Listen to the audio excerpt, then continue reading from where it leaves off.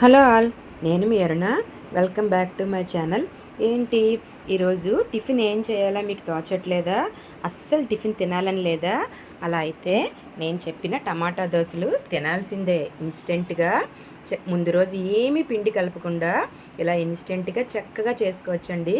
దానికి కావాల్సినవి 1 కప్పు రవ్వ, బొంబాయి రవ్వ అండి, 1/2 కప్పు గోధుమ పిండి, 3 ఎండుమిర్చి, చిన్న అల్లం ముక్క, 2 టమాటాలండి.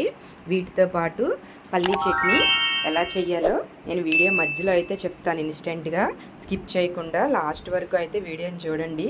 ఇప్పుడు ముందు మిక్సీ కప్లోకి 2 టమాటాలు చెప్పాను కదండి, అవి ముక్కలుగా కట్ చేసి, ఎండుమిర్చి లేకపోతే 1/2 టీ స్పూన్ కారం యాడ్ చేసుకోవచ్చండి, అల్లం, ఈ 3 చక్కగా ఫైన్ పేస్ట్ అయితే అయిపోవాలండి.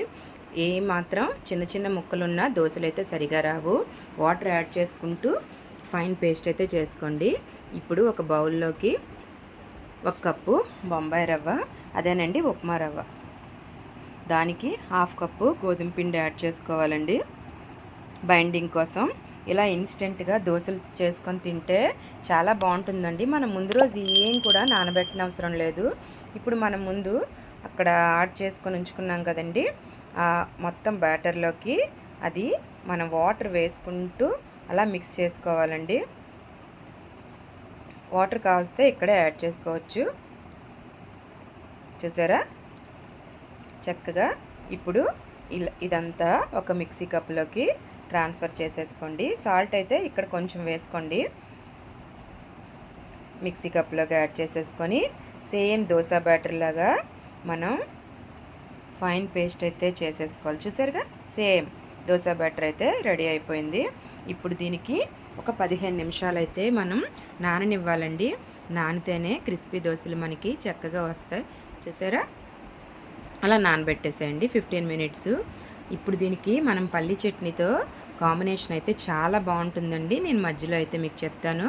ఇదిగోండి, దోశ బ్యాటర్ రెడీ అయిపోయింది. ఇక్కడ చిన్న టిప్ అండి, ఒక 1/2 పించ్ అయితే బేకింగ్ సోడా వేసుకోవాలండి. వేసుకుంటే దోశలు క్రిస్పీగా బాగా వస్తాయండి. వేసుకొని మనకి ఏమైనా సాల్ట్ ఇక్కడ సరిపడకపోతే సాల్ట్, వాటర్ కూడా ఇక్కడే యాడ్ చేసుకోవాలి. మరి పల్చగా అయితే వద్దండి.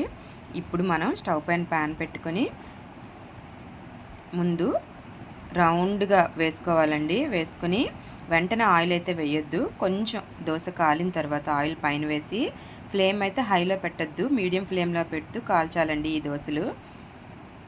లేకపోతే కంప్లీట్గా మాడిపోయే ఇది ఉంటుంది. చూడండి, వావ్ ఎంత చక్కగా వచ్చాయి క్రిస్పీ. మీకు అక్కడే తెలిసిపోతుంది ఎంత క్రిస్పీగా ఉందో కదండి.